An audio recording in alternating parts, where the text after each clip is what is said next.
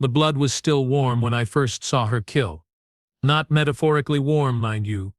Actually warm, steaming in the frigid air of Sector 9's detention block. The crimson pools spread across the metal flooring like spilled paint, and there she stood, breathing hard, her chest rising and falling in that peculiar rhythm that marked her as different from the rest of us.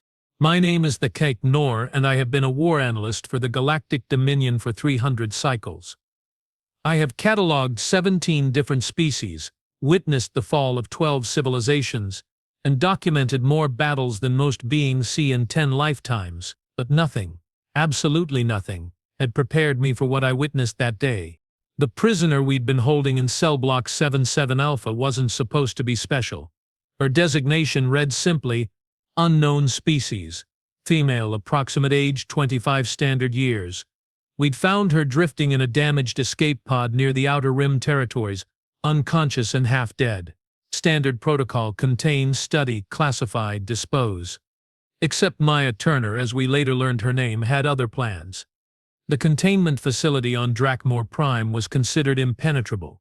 15-foot-thick trillium walls, energy barriers that could stop a plasma cannon, and guards trained from birth to kill without hesitation. The warden, a hulking brute named Kolvac, bragged that no prisoner had ever escaped, not one, not in 4 centuries of operation.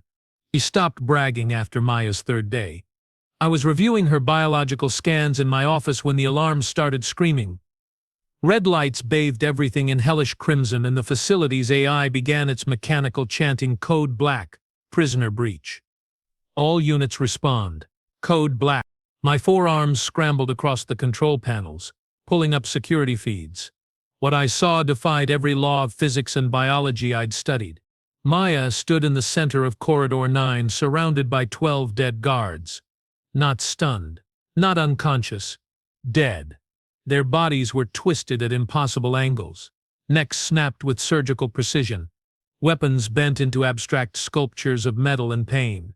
But here's the thing that made my chitinous hide crawl: she wasn't even breathing hard. How did she get out of her cell? I asked the nearest technician, a nervous skell named Pip-Talk. She didn't break out, sir. His voice trembled. She convinced Guard Captain Rex Moore to open it. Convinced him? How? Pip-Talk's eye stalks wilted. She talked to him for 6 hours straight.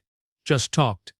By the end, he was crying and begging her forgiveness for something that happened to his clutchmate 30 years ago. I stared at the screen. Maya had begun walking again, moving through the corridors with casual confidence, as if she owned the place. Every step was calculated. Every movement had purpose. Sir, another technician called out. She's heading for the Armory. Of course she was, because apparently killing 12 trained killers with her bare hands hadn't been challenging enough. The Armory door, a 6-ton slab of reinforced durasteel, stood open. Inside, Maya was methodically selecting weapons with the care of an artist choosing brushes. A plasma rifle here, thermal detonators there. She strapped a vibroblade to her thigh and tested the weight of a pulse pistol in each hand. Then she looked directly into the security camera and smiled. It wasn't a pleasant smile. It was the kind of smile that predators wear just before they pounce. The kind that says, I know you are watching, and I want you to see what comes next. Lock down all sectors, I ordered. Deploy the hunter-killer squads. Full lethal authorization. The hunter-killers were our elite unit. Genetically modified Vorth warriors, each standing 8 feet tall, armed with enough firepower to level a small city. They'd never failed to eliminate a target. Never. I watched through the feeds as they moved into position, sealing off escape routes, coordinating their attack pattern with military precision. 20 of them, against one supposedly primitive alien. The first squad found her in the recreational deck. She was sitting on a bench, calmly eating a ration bar, the weapons she'd stolen laid out beside her like a picnic spread. She looked up as the hunter-killers surrounded her, their weapons trained on her head. Hello, boys, she said, her voice carrying clearly through the comm system. Lovely day for a massacre, isn't it? Squad leader Vrok stepped forward. Surrender now and your death will be swift. Maya finished chewing, swallowed, then stood up with fluid grace. You know, Vraki. Can I call you Vraki? You have made a critical error in your tactical assessment. And what would that be, meat? You assumed I was trapped in here with you." Her smile returned, wider this time. "But you are trapped in here with me." What happened next took exactly 17 seconds. I know because I replayed the footage 600 times afterward, trying to understand how one being could move that fast, strike that accurately, and kill that efficiently. Maya flowed between the hunter-killers like water, each movement perfectly timed. A pulse blast to the head here, a vibroblade through the heart there. She used their own weapons against them, turning their tactical formation into a death trap. When the smoke cleared, 20 of our finest warriors lay dead, and Maya stood in the center of the carnage without a scratch. "Impossible," I whispered. But the impossible was just getting started. Word of the massacre spread through the facility like wildfire. Guards abandoned their posts. Technicians fled to the lower levels. Even the automated defenses seemed hesitant to engage this strange creature who moved through our supposedly impregnable fortress like it was her personal playground. I found myself alone in the command center, watching through a dozen screens as Maya systematically worked her way toward the detention center's heart. She moved with purpose, but also with something else. Something that chilled my blood. She was enjoying herself. Every guard who tried to stop her died in creative and increasingly violent ways. She turned a shock baton into a sculpture of sparks and screaming. She convinced a squad of stormtroopers to turn their weapons on each other by whispering something in their native tongue. She rigged a maintenance drone to explode, taking out an entire security checkpoint. But the worst part, the thing that haunted my dreams for cycles afterward, was the way she talked while she killed. "You know, Theknor," she said, speaking directly to the cameras as she snapped the neck of a Brutus-class enforcer, "I can see you watching, hiding in your little command center, trying to figure out what I am." My blood crystallized. She knew my name, she knew where I was. "Let me save you some time," she continued, using the dead enforcer's body as a shield while pulse blasts rained around her. "I'm not what you think I am. I'm something far, far worse." She paused to reload a weapon with impossible speed, never breaking eye contact with the camera. "I'm patient." The next wave of defenders lasted even less time than the first. Maya had stopped playing games. She moved through them like a natural disaster, leaving trails of destruction that turned the sterile corridors into abstract art galleries painted in blood and fear. I tried calling for reinforcements from the orbital stations. No response. The communication arrays had been severed with surgical precision. I tried activating the facility's self-destruct sequence. Access denied. Somehow she'd infiltrated our computer systems while simultaneously conducting a one-woman war against our entire security force. I tried praying to the Ancient Ones for deliverance. They seemed to be taking a coffee break. By the time Maya reached the command center, I was alone except for my own rapid heartbeat and the growing certainty that I was about to die in the most educational way possible. The blast doors were rated to withstand a direct hit from a battlecruiser's main cannon. Maya knocked politely 3 times and waited. "Come in," I called out, because what else was I going to say? She entered without weapons drawn, her hands empty, that same predator's smile playing at the corners of her mouth. Up close she looked so ordinary, average height for a humanoid, standard bilateral symmetry, 2 arms, 2 legs, 1 head in the usual configuration. But her eyes held depths I couldn't fathom, storms of intelligence and calculation that made my analytical mind recoil in instinctive terror. "Hello there, Kenor," she said, settling into the chair across from my desk as if we were old friends meeting for lunch. "We need to talk." "About what?" I managed to croak. "About why you are holding me prisoner. About what your dominion has been doing to worlds like mine. About the very interesting conversation I had with your computer systems while I was redecorating your hallways." She leaned forward and I caught a whiff of something that might have been perfume mixed with the metallic scent of fresh blood. "You see, Thekonor, I have learned some fascinating things about your organization. The slave raids, the planetary bombardments, the systematic extinction campaigns. Quite impressive, really. Very thorough. Very efficient." "We bring order to chaos," I said, reciting the official line. "We unite the galaxy under one banner." "Oh," Absolutely. And I'm sure the billions of corpses appreciate the organizational benefits. Her tone was conversational, almost friendly. But here's the thing that puzzles me. With all your advanced technology, all your military might, all your centuries of conquest and domination, how did you manage to miss an entire species right under your noses? What species? Her smile became something beautiful and terrible. Mine. The temperature in the room seemed to drop 10 degrees. Outside, I could hear the distant sounds of the facility's automated systems trying to repair the damage she'd caused. Emergency teams calling out coordinates. Medics struggling to identify remains. According to your files, Maya continued, I'm classified as an unknown, a curiosity, a specimen for study and disposal. But that's not quite accurate, is it? She stood and began walking around the room, examining the trophy skulls mounted on my walls with professional interest. Impressive collection. Let's see, Terran wolf, Altarian battle cat, vegan death lizard. You certainly have eclectic tastes in apex predators. She paused at one particular skull, running her finger along its elongated canines. But you are missing something important. What? The one that hunts all the others. I felt my nervous system trying to shut down in sheer self-preservation. What are you saying? Maya turned back to me, and for a moment, just a moment, I thought I saw something flickering behind her eyes. Something vast and ancient, and utterly without mercy. I'm saying, my dear Thecnor, that you have made a very serious mistake. You have spent so long cataloging and conquering the prey species of this galaxy that you forgot to check for the predators.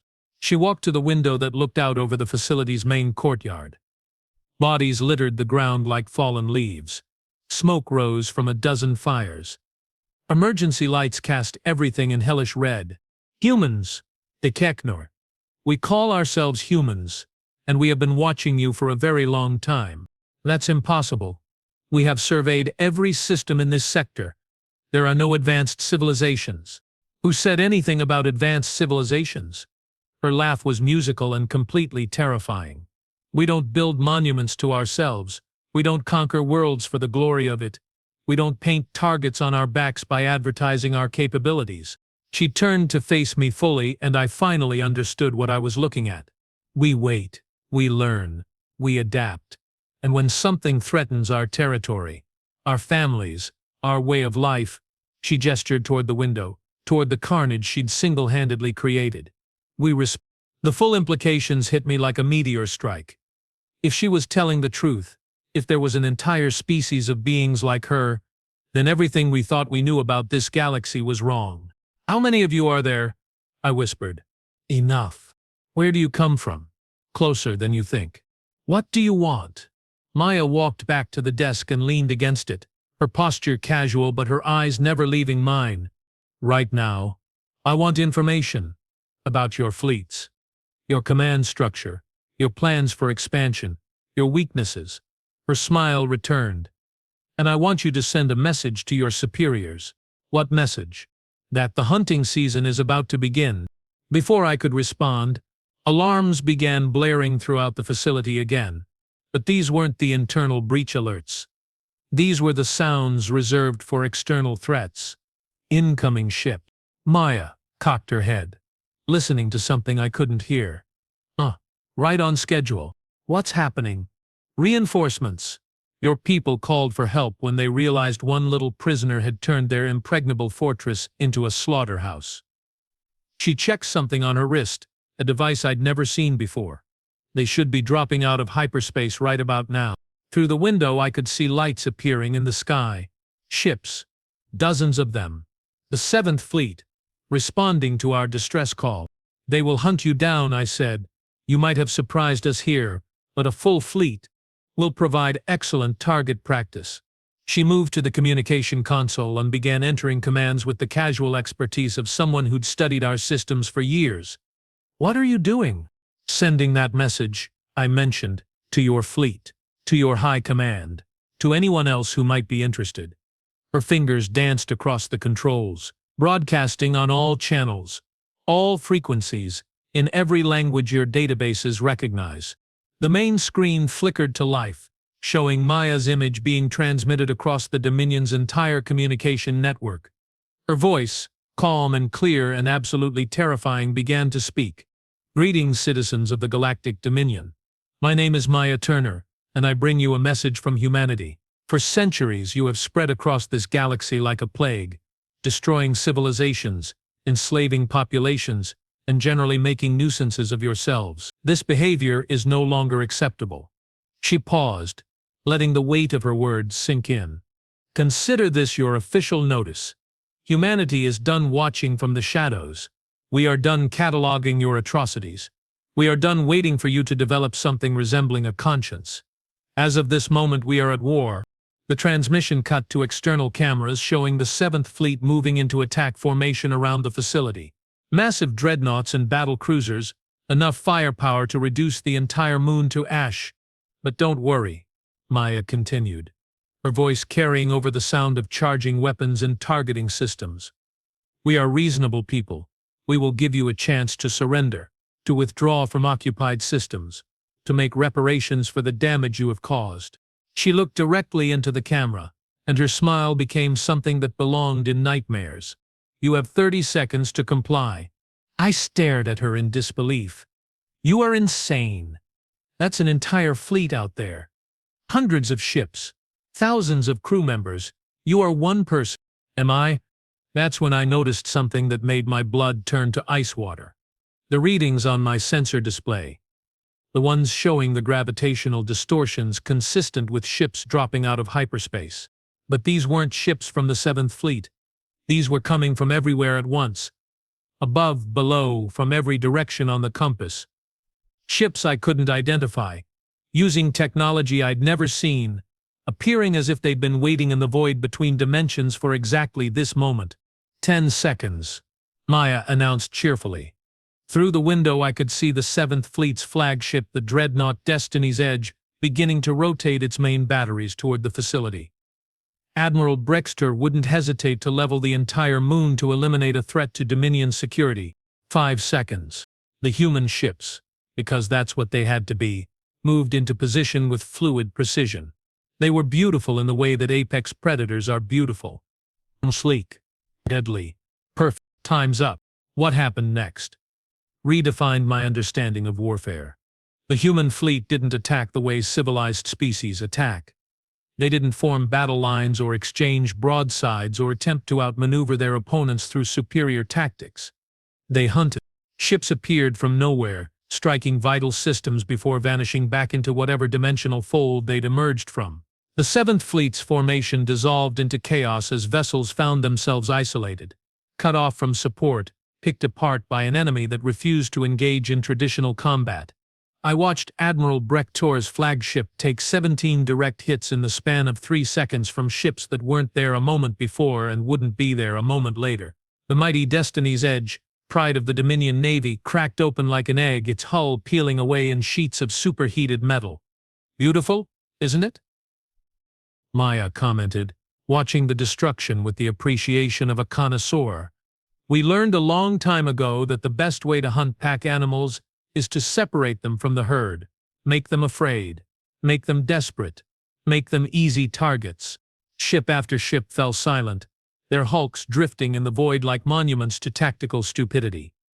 The few vessels that tried to retreat found their escape routes blocked by human ships that had somehow anticipated every possible evasion pattern. It wasn't a battle. It was an extermination. How is this possible? I breathed. "Practice," Maya said simply. "Lots and lots of practice." Within an hour it was over. The entire 7th Fleet, 600 vessels and nearly 2 million crew members, had been reduced to floating debris and fading energy signatures. The human ships had vanished as quickly as they'd appeared, leaving only empty space and the growing certainty that nothing would ever be the same. Maya turned off the communication console and stretched like someone who'd just finished a pleasant workout. Well, that was invigorating. Now where were we? Oh yes, information. She settled back into her chair and fixed me with that predatory stare. "Start talking, Theknor. Tell me everything about your command structure, your fleet deployments, your strategic objectives, your deepest fears and darkest secrets. And if I refuse, Her smile returned, and I finally understood why some prey animals simply lie down and wait for death rather than continue running from creatures like this. Then I will have to get creative with my interrogation techniques. And trust me, I'm very, very creative. I began talking. For 6 hours I told her everything I knew about the Dominion's military capabilities, political structure, economic systems, and strategic planning. I gave her access codes, fleet positions, diplomatic secrets, and intelligence assessments. I betrayed every oath I'd ever sworn and violated every principle I'd ever held sacred. And the worst part, I did it willingly, eagerly, even. Because somewhere during those 6 hours of interrogation, I began to understand exactly what humanity represented. They weren't just another species seeking their place in the galactic community. They weren't refugees or explorers, or merchants looking for opportunity. They were evolution's answer to civilizations like ours. The universe's way of saying, "You have had your fun, but playtime is over." As Maya prepared to leave, she paused at the door and looked back at me with something that might have been sympathy. "For what it's worth, the Kaknor, I don't think you are evil, misguided. Certainly, complicit in atrocities, absolutely. But evil requires a certain creative malice that your species simply lacks. You are more like insects, locusts, consuming everything in your path because that's what locusts do." She opened the door and I could hear sounds from the corridor. Voices. Human voices. More of them had arrived while we talked. "The problem with being a locust," Maya continued, "is that eventually you attract exterminators."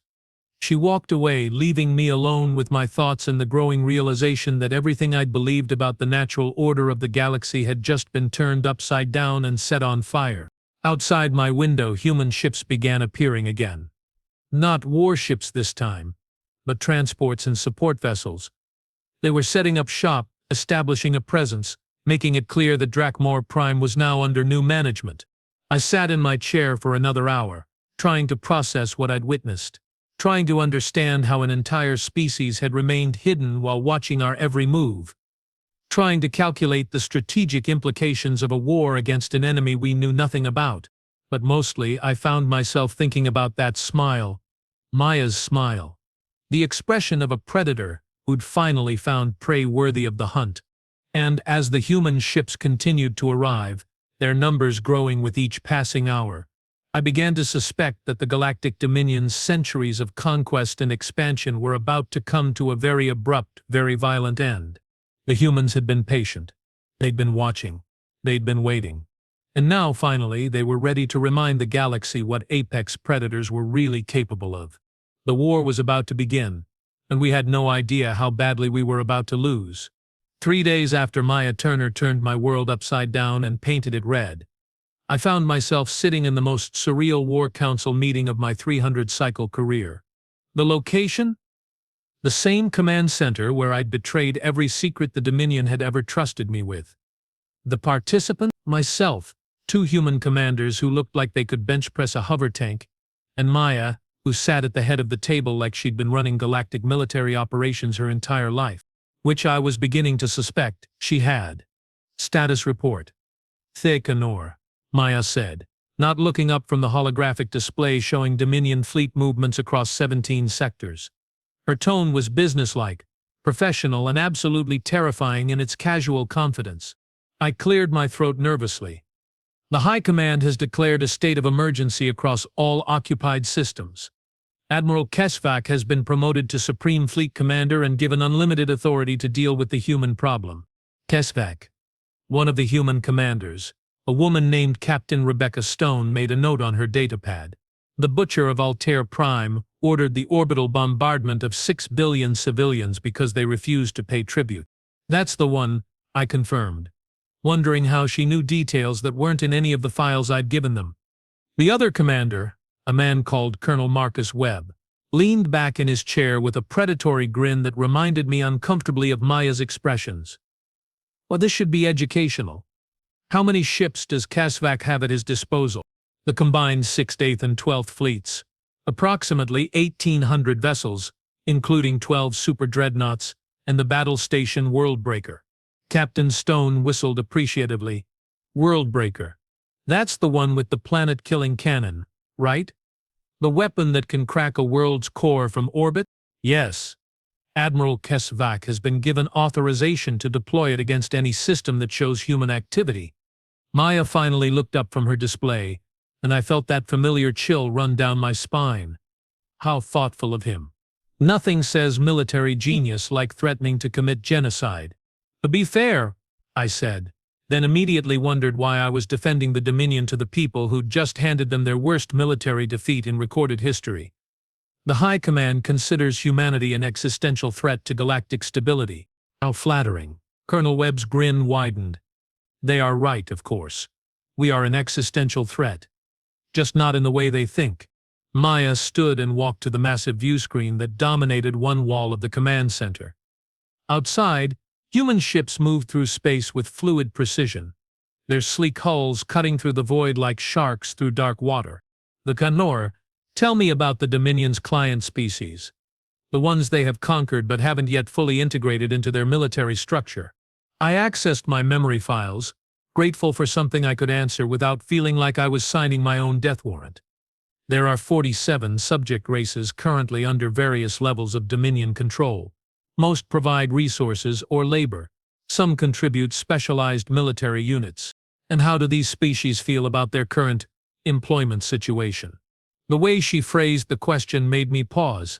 Feel? They are conquered populations. Their feelings are irrelevant. Are they? Maya's reflection in the view screen showed that predators smile again. Because from where I'm standing, it looks like the Dominion has created a galaxy-wide network of potential allies for anyone smart enough to offer them something better than slavery. The implications hit me like a plasma bolt to the neural cortex. You are not just planning to fight the Dominion. You are planning to turn their own subjects against them. Now you are thinking like a human, Captain Stone said approvingly. Why fight 48 species when you can convince 47 of them to fight the one that's been oppressing them? Colonel Webb brought up a new display showing trade routes, resource flows, and communication networks spanning half the galaxy. The Dominion's greatest strength is also its greatest weakness. They have built an empire based on fear and oppression, held together by the assumption that nobody would ever be strong enough to challenge them. But you are, I said. Maya turned away from the view screen, and her expression had shifted from predatory amusement to something far more serious. Strength isn't about having the biggest guns, Ithignor, it's about understanding your enemy better than they understand themselves. She gestured toward the display. Look at this empire your people have built. Really look at it. What do you see? I studied the holographic representation of Dominion space. The web of controlled systems and subjugated populations that stretched across thousands of light-years. Order, structure, unity under a single banner. I see a house of cards balanced on a foundation of resentment and fear. Maya's voice carried a note of genuine sadness. Do you know what happens when you give downtrodden populations hope? When you show them that their oppressors aren't invincible? Before I could answer, alarms began sounding throughout the facility. But these weren't the panicked screams of a base under attack. These were coordinated alerts, planned signals that the human forces had been expecting. Captain Stone checked her communication device. Phase 2 is initiating. Right on schedule. What's Phase 2?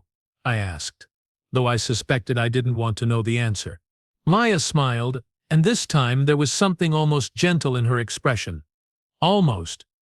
The part where we stop playing defense and start playing offense. The main display shifted to show multiple star systems across Dominion space.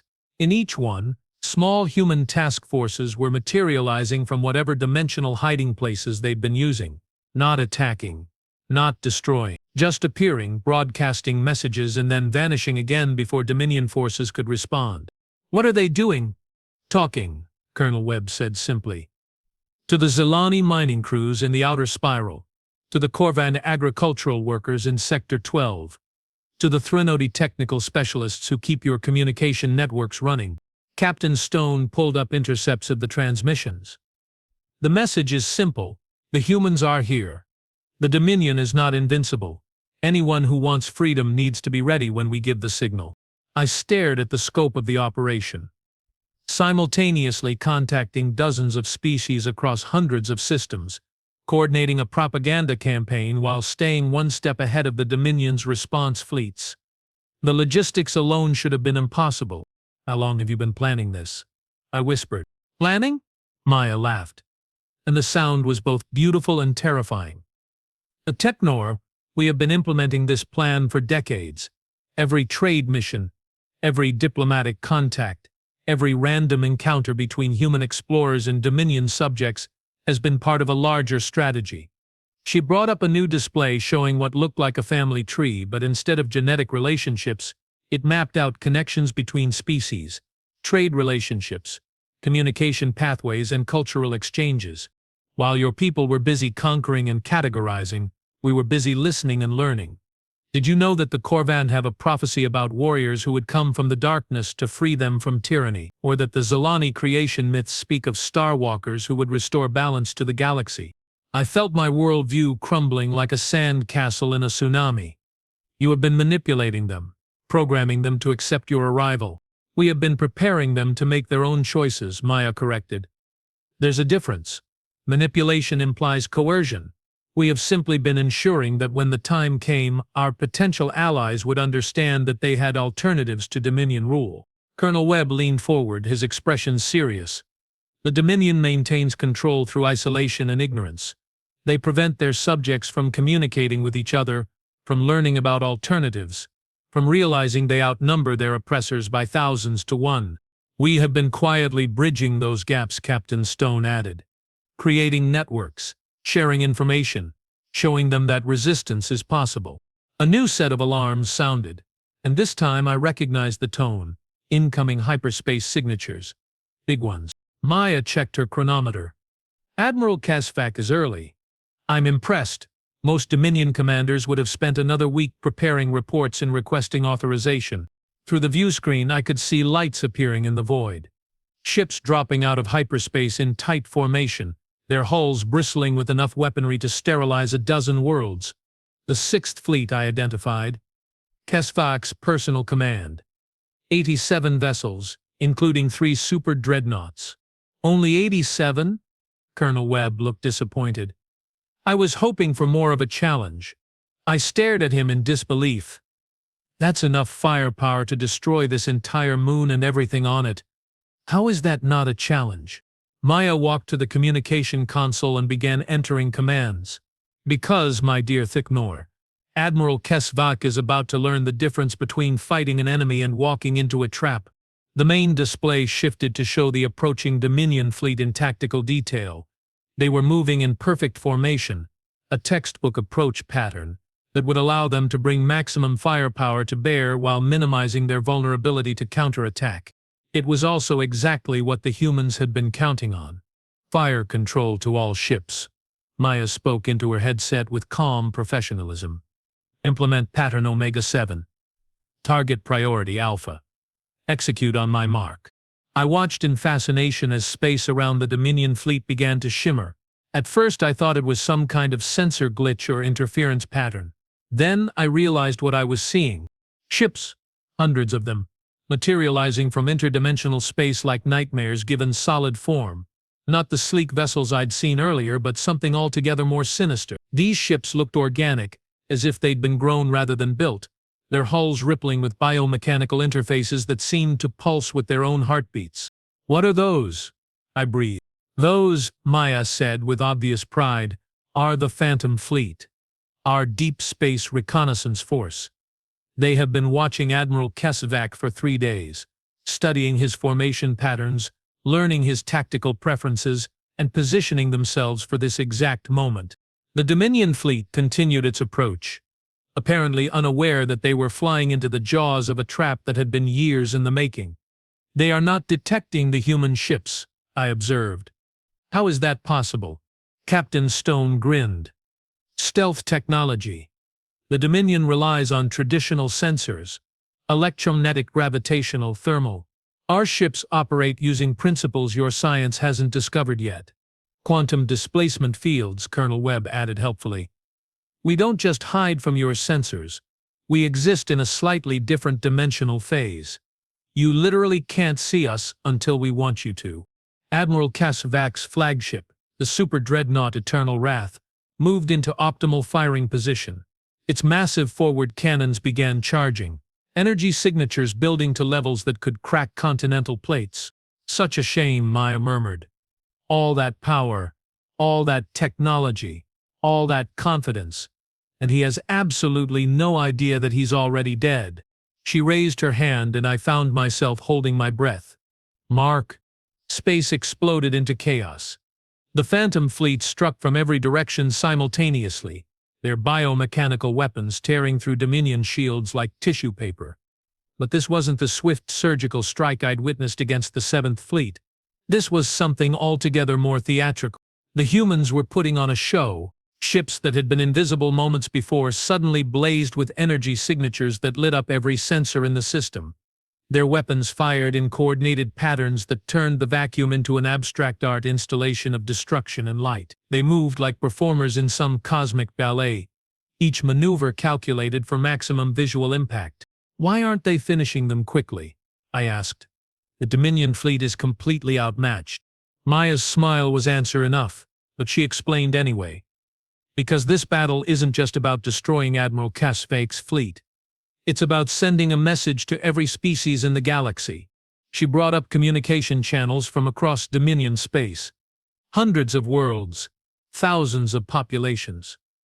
All watching the same tactical display, all seeing the mighty Sixth Fleet being torn apart by an enemy that moved like something out of their oldest legends. The Corvan prophets spoke of starwalkers who would dance between dimensions, Captain Stone noted. The Zelani myths describe warriors who could command the very fabric of space. The Thrinodi have stories of liberators who would appear as lights in the darkness. You are not just fighting a war, I realized. You are fulfilling prophecies. Colonel Webb nodded approvingly. Every species we have contacted over the past few decades has legends about beings who would come to free them from oppression. Myths about warriors from beyond the known worlds who would restore balance to the galaxy. Myths you helped create, I accused. Myths we helped remember, Maya corrected. The stories were already there. We just made sure they wouldn't be forgotten. On the display, Admiral Kesvag's formation was disintegrating. His super dreadnoughts, those mighty symbols of Dominion power, were being systematically dismantled by weapons that seemed to bend the laws of physics. Hull plates peeled away in spirals of superheated metal. Energy fields collapsed in cascading failures that turned proud warships into drifting hulks.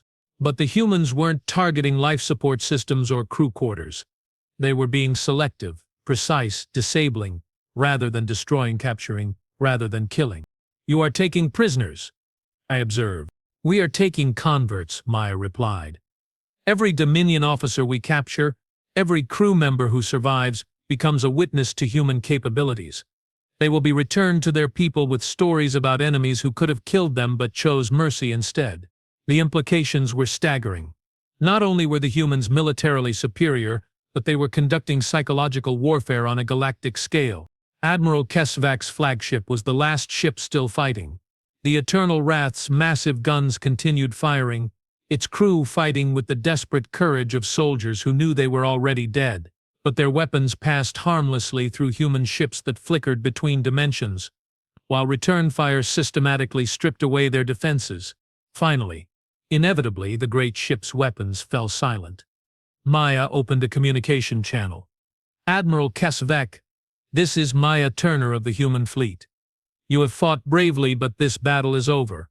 Stand down and prepare to be boarded. The response came in a voice thick with rage and disbelief. I am Admiral Kesvak of the Galactic Dominion. I do not surrender to unknown primitives. Unknown?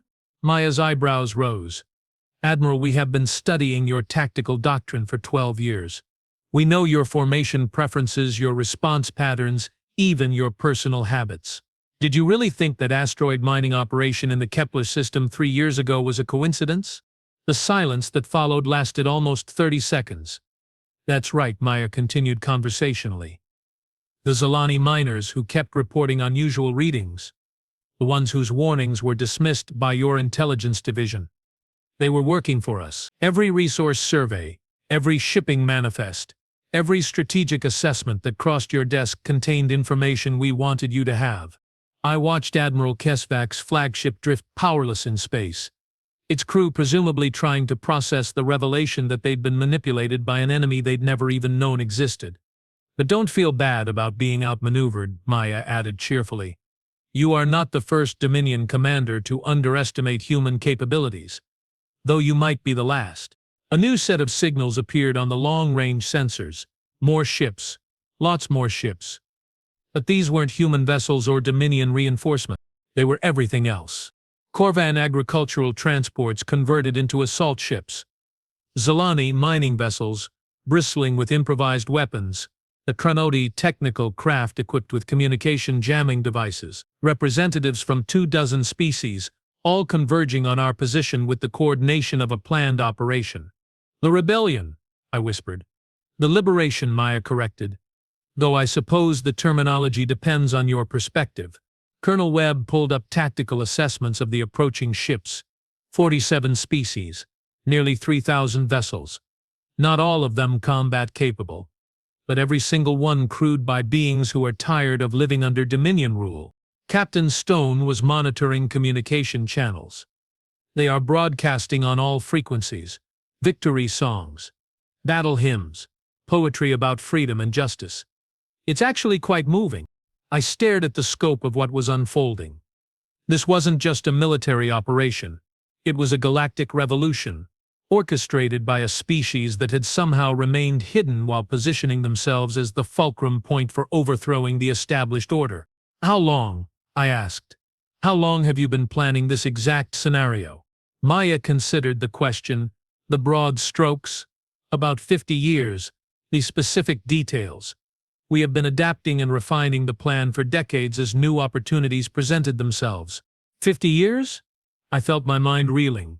Humans have only been spacefaring for much longer than you think. Her expression became unreadable. Your people have a talent for seeing what they expect to see and ignoring what doesn't fit their preconceptions. Before I could ask what she meant, Admiral Kesvak's voice crackled over the communication system. I demand to speak with your commanding officer. Maya activated the visual channel, and suddenly the Admiral's image appeared on our main screen. He was exactly what I'd expected. A massive brute-class commander with traditional ritual scars covering his battle-hardened hide. What I hadn't expected was the look of dawning comprehension in his eyes. You, he said, staring directly at Maya. I know you. Maya's smile became something altogether more predatory. Hello, Kesvak. It's been a while. Kepler. 7. The mining accident 12 years ago. You were there. I was there, Maya confirmed.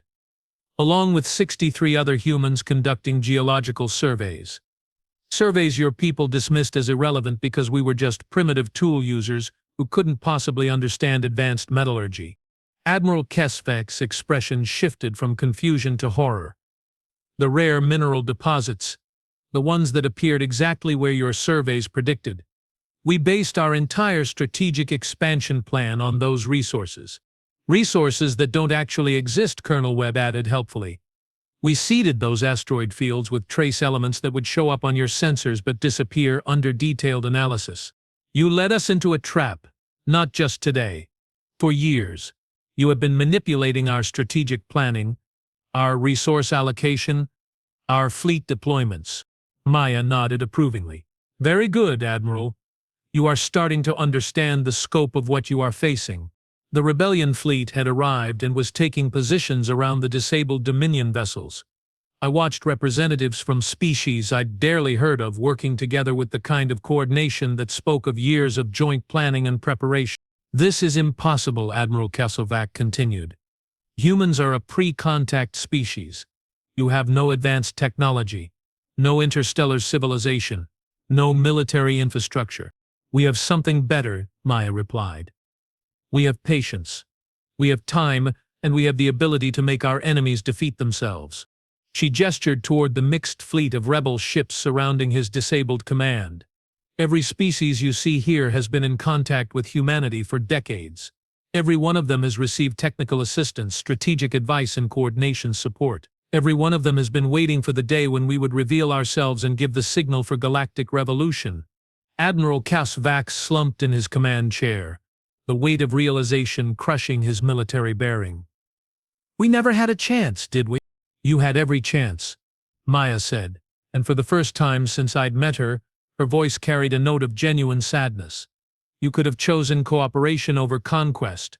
You could have built alliances instead of slave empires. You could have used your advanced technology to uplift other species instead of oppressing them." She paused and her expression hardened. "Instead, you chose to be predators. Unfortunately for you, you chose to prey on a species that already had apex predators of its own." The communication channel closed, leaving us in silence except for the background hum of the command center's systems and the distant sounds of the human fleet coordinating with their new allies. "What happens now?" I asked. Maya turned away from the display and fixed me with that familiar predatory stare. "Now we give the Dominion High Command a choice. They can surrender peacefully and submit to a transitional government that will work toward reparations and reconciliation. And if they refuse?" Her smile returned, and I finally understood why some prey animals simply give up running. "Then we show them what happens when humans stop being patient." The Dominion High Command's response to humanity's ultimatum arrived exactly 72 hours later, delivered by a single courier ship that materialized at the edge of our system and immediately broadcasted on all frequencies. The message was brief, predictable, and absolutely perfect for Maya's purposes. To the terrorist organization calling itself humanity, the voice of Supreme Chancellor Grixmore dripped with aristocratic disdain. "The Galactic Dominion does not negotiate with primitives, rebels, or criminals. Your demands for surrender are rejected. Your threats are meaningless. Your rebellion will be crushed with the full might of the Dominion war machine." There was a pause, and then the Chancellor's tone became even more venomous. "Any species found collaborating with human terrorists will face complete extermination. Any world that harbors human agents will be reduced to ash. Any system that shows sympathy for your cause will be sterilized." The transmission ended with coordinates for a meeting in the Nexus system, the heavily fortified capital of Dominion space, where humanity was invited to face judgment for crimes against galactic civilization. Maya listened to the entire message with the expression of someone receiving exactly the birthday present they'd hoped for. "Perfect," she murmured, making notes on her datapad. "Threats of genocide. Refusal to negotiate.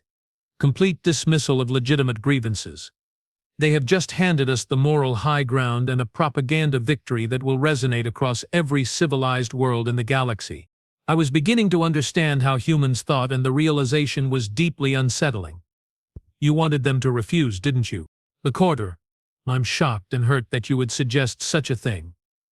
Her wounded expression lasted exactly 3 seconds before shifting back to that predatory smile. "Of course I wanted them to refuse. A negotiated surrender would have been boring. This way we get to demonstrate the full scope of human capabilities." Captain Stone looked up from her tactical display. "The Nexus system, 12 planets, 4 of them heavily fortified.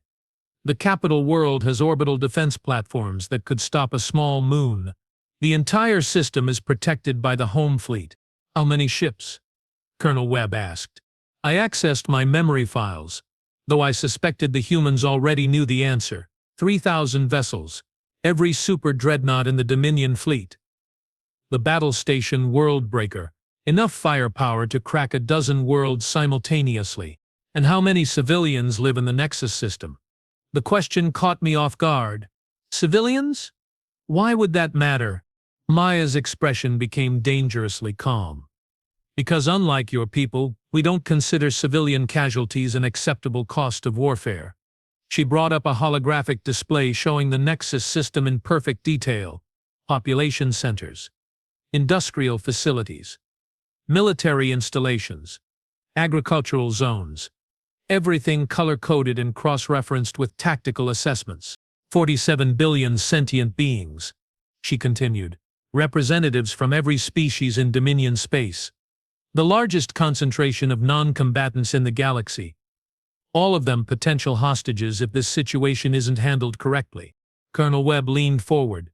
"Which is why we are not going to fight them in the Nexus system." "We are not." Captain Stone grinned.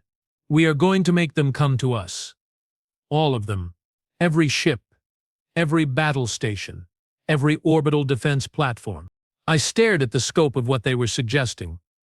You want to lure the entire Dominion home fleet away from their most heavily defended system. That's impossible.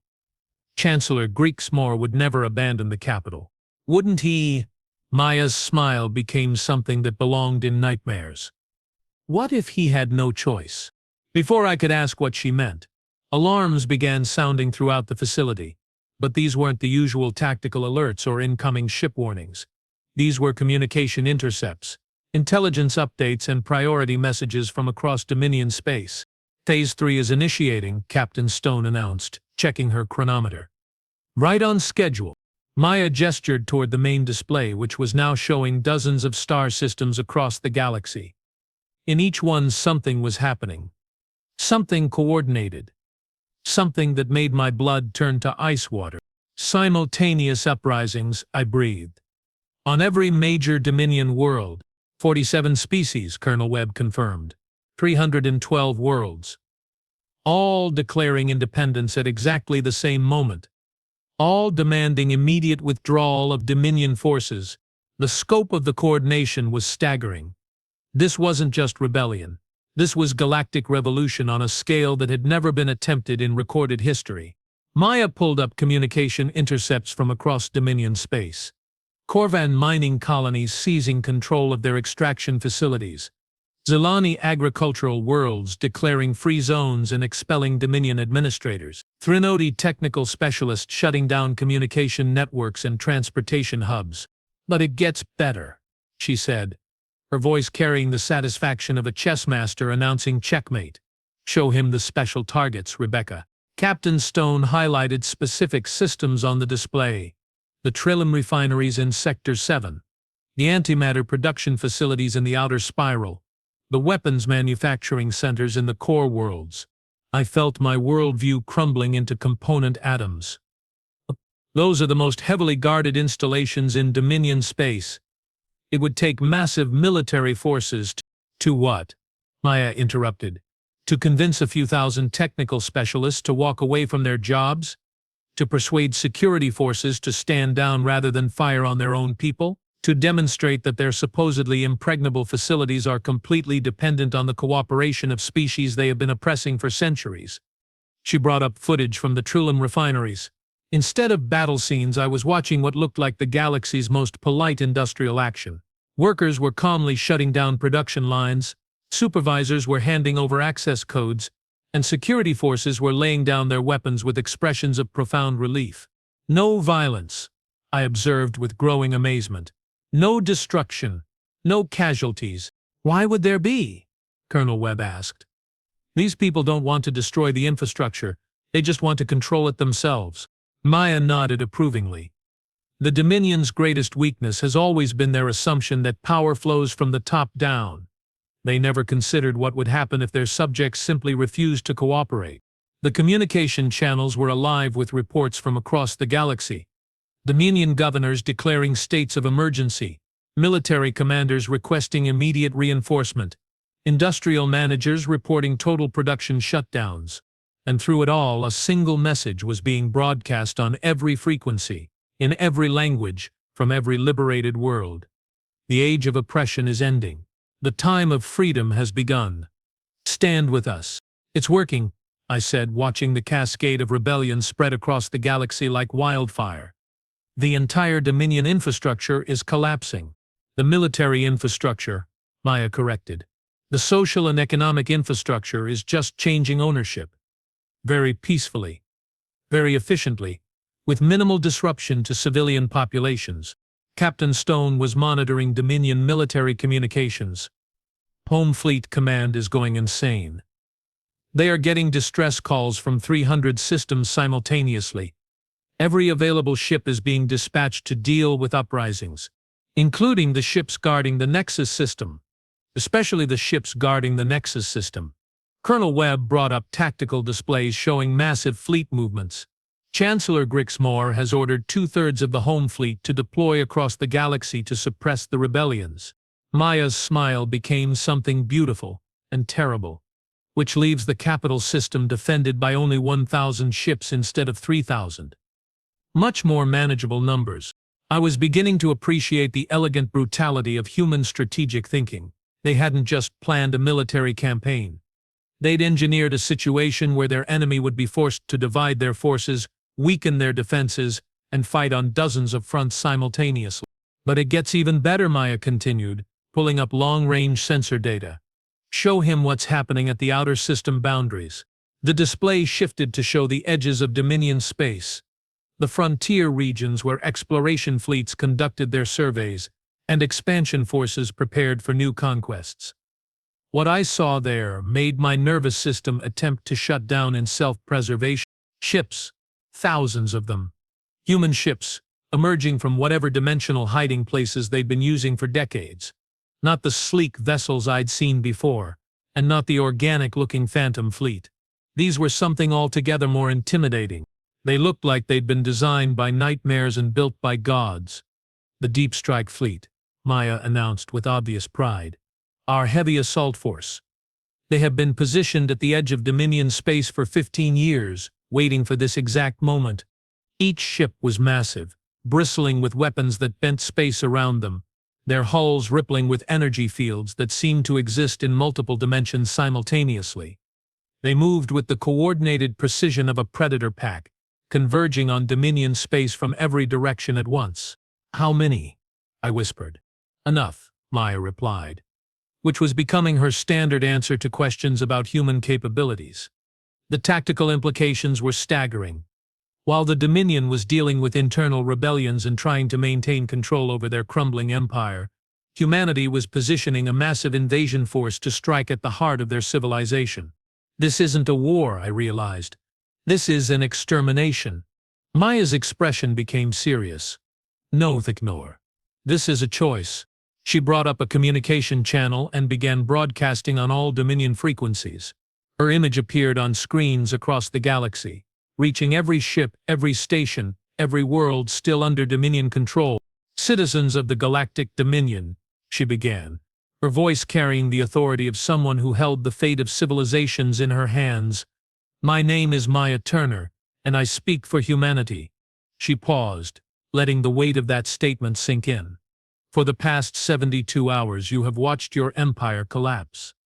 Not through military defeat, but through the simple refusal of your subjects to continue living as slaves. Hundreds of worlds have declared independence. Thousands of installations have been liberated. Millions of beings have chosen freedom over oppression. The camera pulled back to show the command center, with its displays showing the scope of the Galactic Rebellion, the human fleets moving into position, and the chaos consuming Dominion space. Your leaders have chosen to respond to these peaceful transitions with threats of genocide.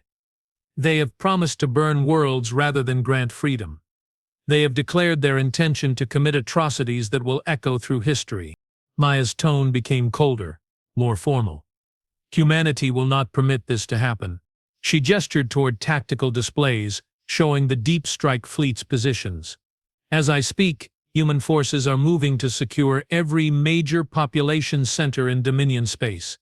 Not to conquer them, not to occupy them, but to protect them from the war crimes your leadership is planning. The implications hit me like a meteor strike. Humanity wasn't just planning to defeat the Dominion military. They were planning to become the galaxy's protectors. To the civilian populations caught in this transition, Maya continued, you have nothing to fear from human forces. We are not conquerors. We are liberators.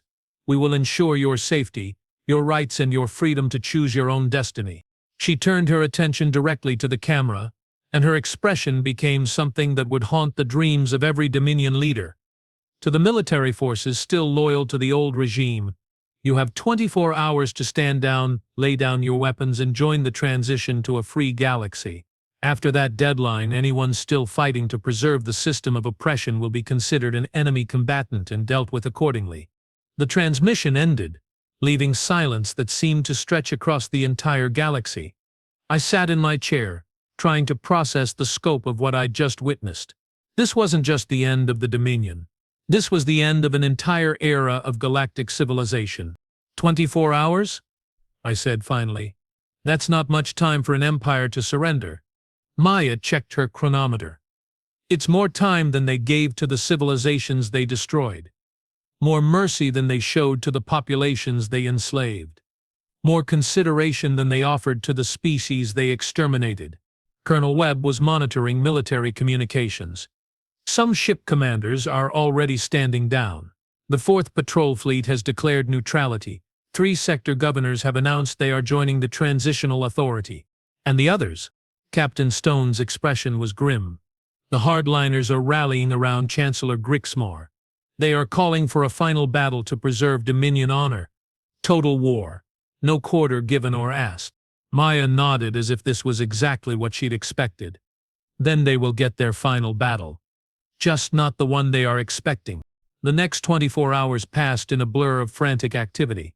Dominion forces that chose surrender were processed through hastily established transition centers. Rebellious worlds were contacted and offered protection under human guarantee. Civilian populations were evacuated from potential combat zones. But the hardline Dominion remnant, led by Chancellor Grixmore and supported by about a third of the original military, chose to make their stand at the Nexus system. They'd recalled every loyal ship, every battle station, every orbital defense platform. Nearly 1,000 vessels clustered around the capital world like antibodies around an infection. Maya watched the enemy preparations with professional interest. Predictable. They are going to fort up around their population centers and dare us to attack through civilian shields. Will you? I asked. She looked at me with genuine surprise. Of course not. We are not monsters. Technor. We are humans. Instead of attacking the Nexus system directly, Maya implemented what she called the Patience Protocol. Human ships took positions at every hyperspace jump point leading into the system, effectively creating a complete blockade. No ships in, no ships out, no communications, no supplies. Siege warfare, I realized. You are going to starve them out. Eventually, Maya agreed. But first, we are going to give them time to think about their situation. The siege lasted exactly 6 days. On the first day, Dominion forces tried to break through the blockade. The results were predictable. Human ships flickered through dimensions, struck with precision that defied physics, and vanished before return fire could be targeted. 17 Dominion vessels were disabled without a single human casualty. On the second day, Chancellor Grixmore tried to negotiate from a position of strength, threatening to execute civilian hostages if human forces didn't withdraw. Maya's response was to broadcast evidence of his war crimes to every remaining Dominion world, turning him from a leader into a pariah overnight. On the third day, massive supply shortages began affecting the besieged fleet. Turns out that blockading 1,000 ships requires a lot more resources than anyone had calculated. On the fourth day, several ship commanders attempted to surrender individually. They were quietly extracted by human stealth vessels and processed through transition centers. On the fifth day, Chancellor Grixmore ordered the World Breaker to target the nearest liberated world, threatening to destroy it unless human forces withdrew immediately. On the sixth day, Maya Turner lost her patience. "That's enough," she announced, standing in the command center with an expression I'd never seen before. Not predatory, not calculating, just coldly furious. They want to threaten civilians? They want to commit genocide? Fine. Let's show them what happens when humans stop playing nice. She activated every communication channel simultaneously, broadcasting to the entire galaxy. Chancellor Grixmore has threatened to use planet-killing weapons against civilian populations. This crosses every line, violates every principle of civilized warfare, forces humanity to abandon restraint. Maya's voice became something that belonged in the deepest nightmares of every sentient being in the galaxy. You want to see what humans are really capable of? You want to know why we remained hidden for so long? You want to understand what apex predators look like when they stop pretending to be civilized? The tactical display showed the Deep Strike fleet moving into attack positions. But these weren't the coordinated formations I'd seen before. These ships were moving independently, each one targeting specific vessels in the Dominion fleet with the precision of a surgeon and the inevitability of entropy. Behold, humanity unleashed. What happened next redefined my understanding of warfare, physics, and the fundamental nature of reality itself. The human ships didn't just attack. They hunted, each one moved like a living thing, flowing through space with impossible grace, striking with weapons that seemed to rewrite the laws of causality. I watched the mighty Worldbreaker, that symbol of dominion power, come apart like a flower blooming in reverse. Its hull peeled away in geometric patterns, its massive weapons systems dissolved into clouds of constituent atoms, its crew compartments were somehow extracted intact and deposited safely on nearby worlds. Every shot was precise, every strike was calculated, every action was designed to neutralize threats while preserving lives. The 1,000-ship Dominion fleet became 900 ships, then 800, then 700. Each vessel disabled with surgical precision, their crews evacuated to safety before their ships were reduced to scrap metal and recycling materials. It wasn't a battle. It was a demonstration. Chancellor Grixmore's flagship was the last ship still fighting. The super dreadnought Final Authority continued firing until its weapons systems simply ceased to exist, dissolved by technologies that treated matter like software that could be edited at will. When the silence finally fell, Maya opened a communication channel to the disabled flagship. "Chancellor Grixmore, this is Maya Turner. Your fleet has been neutralized. Your crew has been safely evacuated. Your threat to civilian populations has been permanently removed." The response came in a voice hollow with defeat and dawning comprehension. "What are you? What species could possess such power?" Maya's smile was visible even across the communication link. "We are the species that evolution produces when it needs to deal with civilizations like yours. We are what happens when patience, intelligence, and moral conviction are combined with the technological capability to enforce justice." She paused and her expression became almost gentle. "We are what you could have been if you'd chosen cooperation over conquest." The communication ended, and Maya turned to address me directly. "And that, Thaknor, is why humans remained hidden for so long. Not because we were weak, but because we were waiting for the right moment to reveal that power doesn't come from oppressing others." I stared at the displays showing the aftermath of the battle. An entire fleet disabled without a single casualty. A galactic empire toppled without destroying the civilizations it had contained. A demonstration of power so overwhelming that resistance became literally unthinkable. "What happens now?" I asked. Maya walked to the view screen and looked out at the stars, at the galaxy that humanity had just inherited through a combination of patience, planning, and overwhelming technological superiority. "Now we rebuild. Every species gets representation in the new galactic government. Every world gets the right to self-determination. Every being gets the freedom to choose their own destiny." She turned back to me, and for the first time since I'd met her, her smile was genuinely warm. "And you, Bikanor, get to help us figure out how to govern a galaxy without repeating the mistakes of the past." I considered the implications. Humanity hadn't just won a war.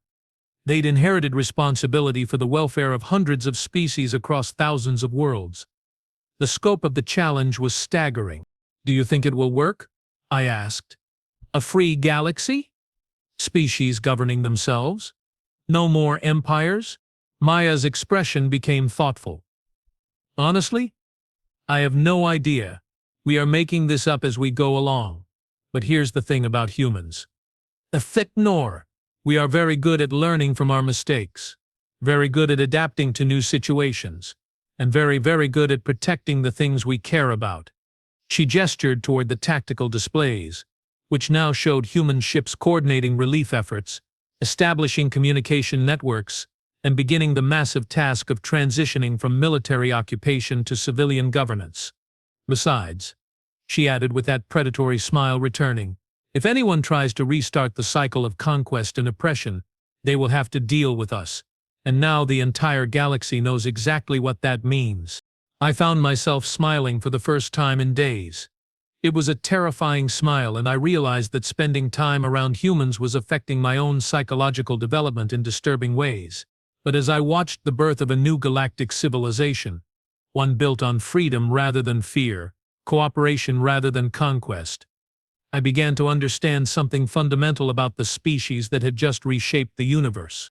Humans weren't just apex predators. They were apex protectors. And for the first time in galactic history, The prey had guardians who were more dangerous than any predator that had ever existed. The age of empires was over. The age of humanity had begun. And Maya Turner, who had started this journey as an unknown prisoner in an escape pod, had become the architect of a new galactic order. She hadn't known she was human until they gave her a reason to be.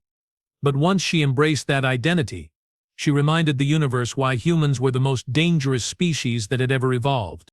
Not because they were violent, but because they were patient, intelligent, and absolutely ruthless when it came to protecting the things they considered worth defending. And apparently they considered freedom itself worth defending. The galaxy would never be the same. Neither would I. And somehow, I suspected that was exactly what Maya Turner had planned all along.